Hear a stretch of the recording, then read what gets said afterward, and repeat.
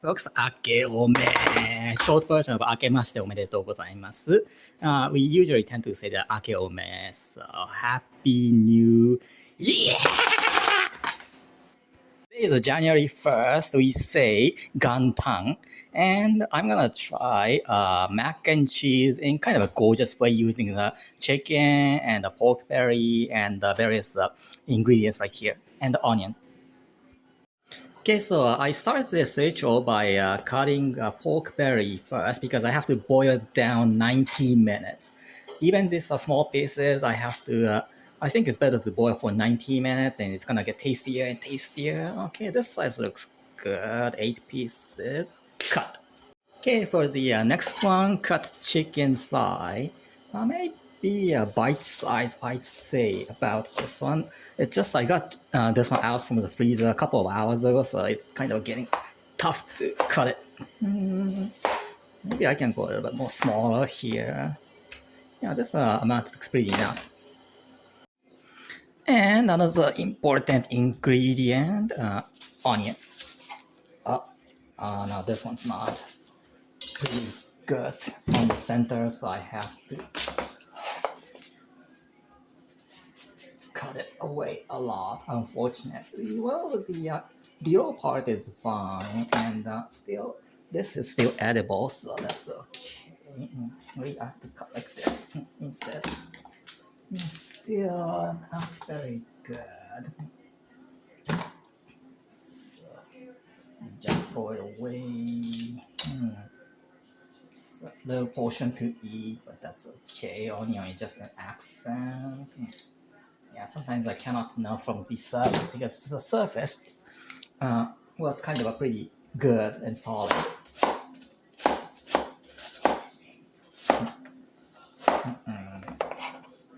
Zanne, we say zanne, unfortunately. Okay, so let's mix condiments because I want to make this one more savory and tasty. So first one is chicken powder that I frequently use, and you folks already know this one is. It's the Kum Kee brand. Yeah, this one is tastes like kind of lighter. So I don't like the American chicken powder because American chicken powder is often kind of too thick and it's difficult to use. Then next one is white pepper,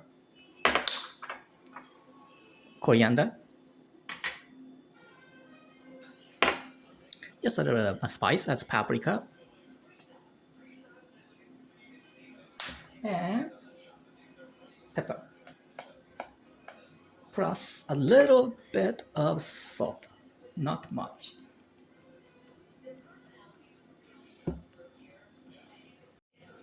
Okay, so this mac and cheese from Kraft, you can get it anywhere. Look at this ingredient contents right here. It says the 7.25 ounce, 206 grams. Right here it says 206 grams. Let's scale it because when you take out this creamy sauce and put it here, as you can see, it reduced to 175 grams. And I cannot eat this much, so what I need is about 60 grams. One pack kind of serves three for me. So let's try. 180 divided into 3, that's going to be 60 grams. So let's be careful. And 31, 35, 40, 46, 50, 54. Yeah, this looks good. Okay, now I'm gonna boil this pork belly for 19 minutes. So right now it's 10:47, so 12 will be good. Add a little bit of salt. And one thing I forgot. Before boiling, it's better to stir fry these.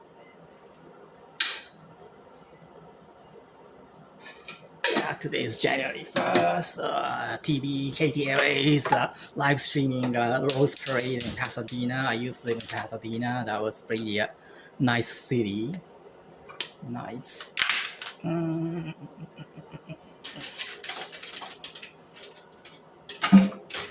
It's already 10:47, January 1st, 2025. Already 2025. It's pretty fast, huh? And I'm gonna start working from tomorrow anyway. Yeah, because in Japan right now, many people are enjoying holidays. We say shogatsu yasumi. Shogatsu yasumi is basically around January 1st. There's gonna be holidays, and many Japanese workers they say shigoto osame, like end of the this year's work, and reporting that on Twitter or somewhere in like December 28th. And so luckily they enjoy holidays for like 1 week, I think, and they start working from probably January 6th. Yes, January 6th Monday. But in America, January 1st is only holiday, so I asked for the paid time off for December 31st and then December 30th, so I had like a 5 days off. That was pretty refreshing. Can you see this? Yes, I'm gonna stir fry and try to erase those red part like this one. I have to do it like this and make sure to make it white. And this is how the pokeberry tastes much better because the by vanishing those reddish part, it's gonna condense those delicious part of pokeberry, and that's one technique that I often use, especially these thick pokeberry. This color looks pretty good. Yeah, like this. Especially when it gets a little bit, brown. That's a good sign, I think. Okay, this is good. And part.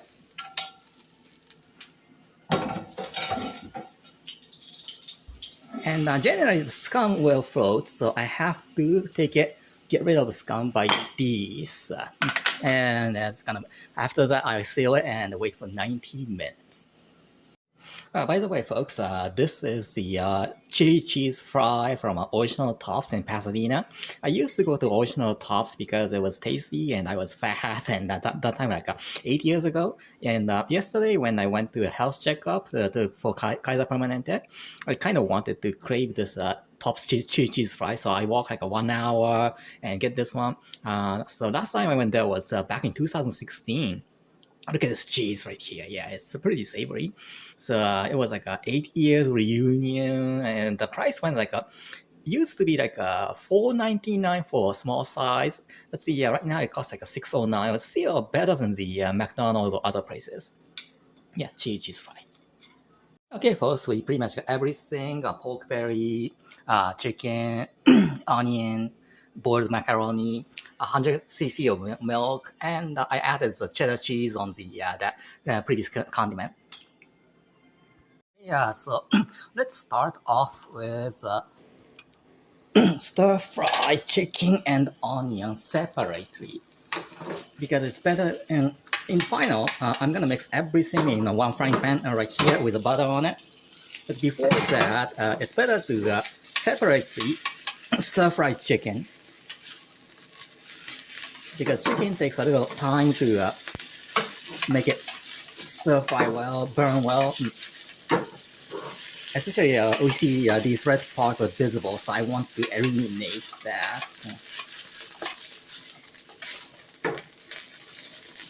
Yeah, I learned this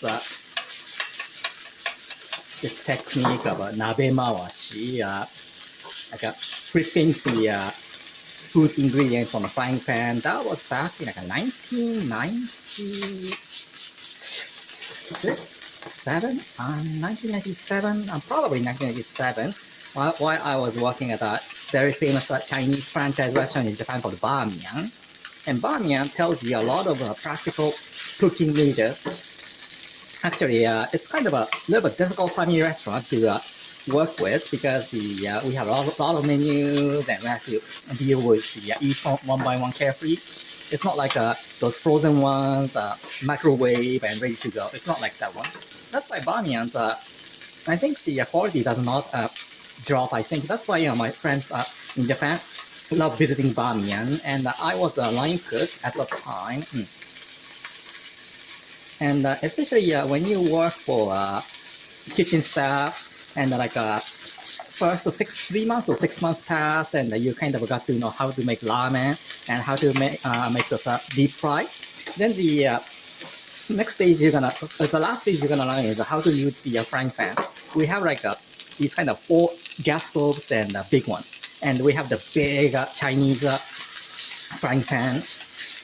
And when it's really in the busy hours, such as the peak hours of 7, 8 p.m. and 9 p.m., those line cooks, those cooks need to rotate frying pan like 3 or 4 at the same time simultaneously. And that's the thing I couldn't do pretty well. But I was not an ace cooker at that point, and I eventually quit because my university got a little bit busy, and I kind of felt the limit of working in that restaurant. Well, maybe the color looks good. I use olive oil to stir fry the chicken like this, and color looks pretty good. This one is not difficult. You have to make those frying pan a little down below and pull it. Push and pull. Push, pull. That's how I learned when I was working at Bamiya, and my senpai. They're pretty nice, and mostly kitchen staff are mostly guys. And most of them are pretty nice. Here staff on the tier 4 taking orders. Those people are really tricky, I'd say. Guys are more straightforward, actually. That's why the guys love working in the kitchen staff, I think. The color's getting pretty good. I think this is fine.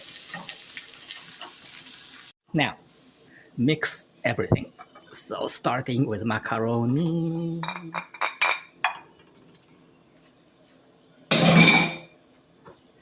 Chicken. And pork belly.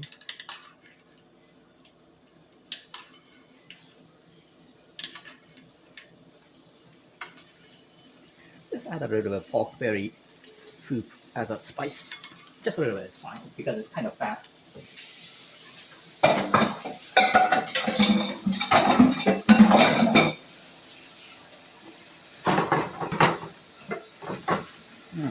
Okay, stir fry well. And add that condiment with milk.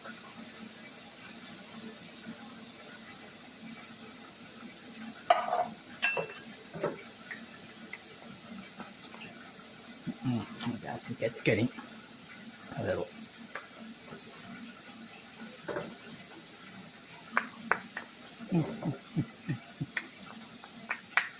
Okay, this is fine. Get back to fire.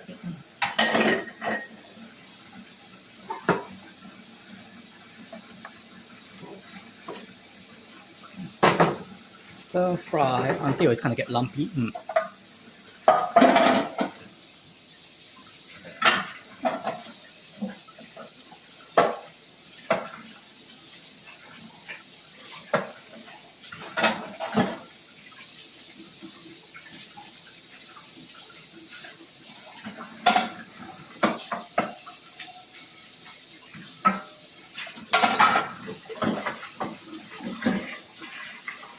Oops, yeah, I was washing dishes earlier to move like a pro.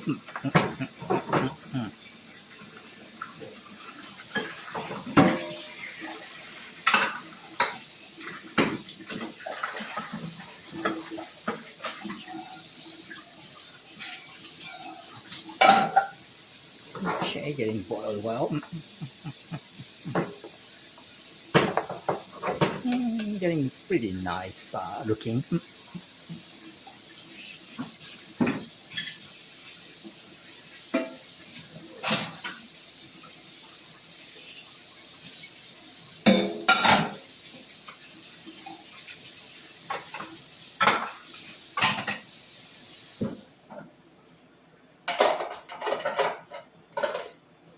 Okay, get back here. Stir fry more. Wait. I think Kraft macaroni is pretty savory and has a lot of ways to arrange it.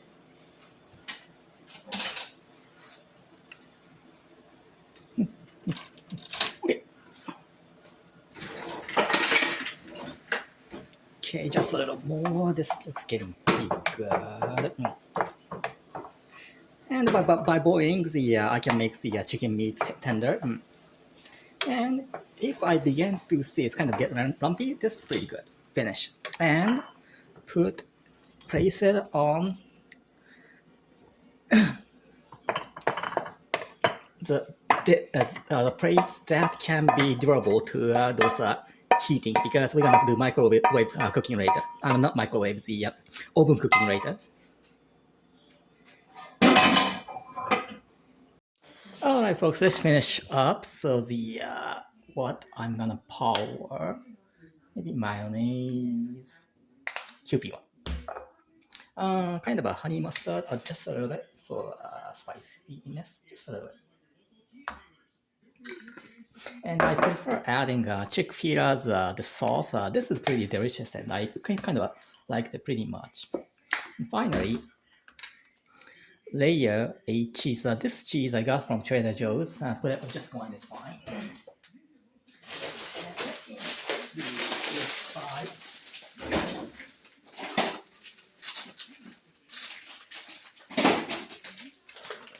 If I can go with a little bit of panko, this one, just a little bit to make the kind of crunchiness on the surface, and this is pretty much fine.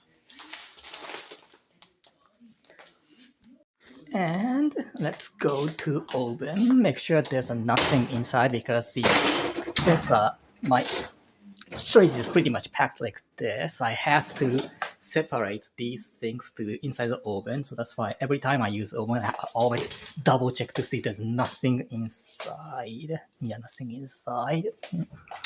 And I say 375. Yep, 375.